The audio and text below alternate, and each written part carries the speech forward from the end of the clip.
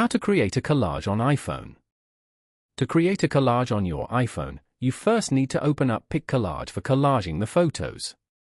After that, you will see an interface like this. From here, you need to tap on the Select Photos and Videos button. Then, select photos from your gallery. Once you are done, tap on Add at the top right corner of your screen. Then, you'll be redirected to the suggested layout page. Here, you need to choose a layout and tap on it.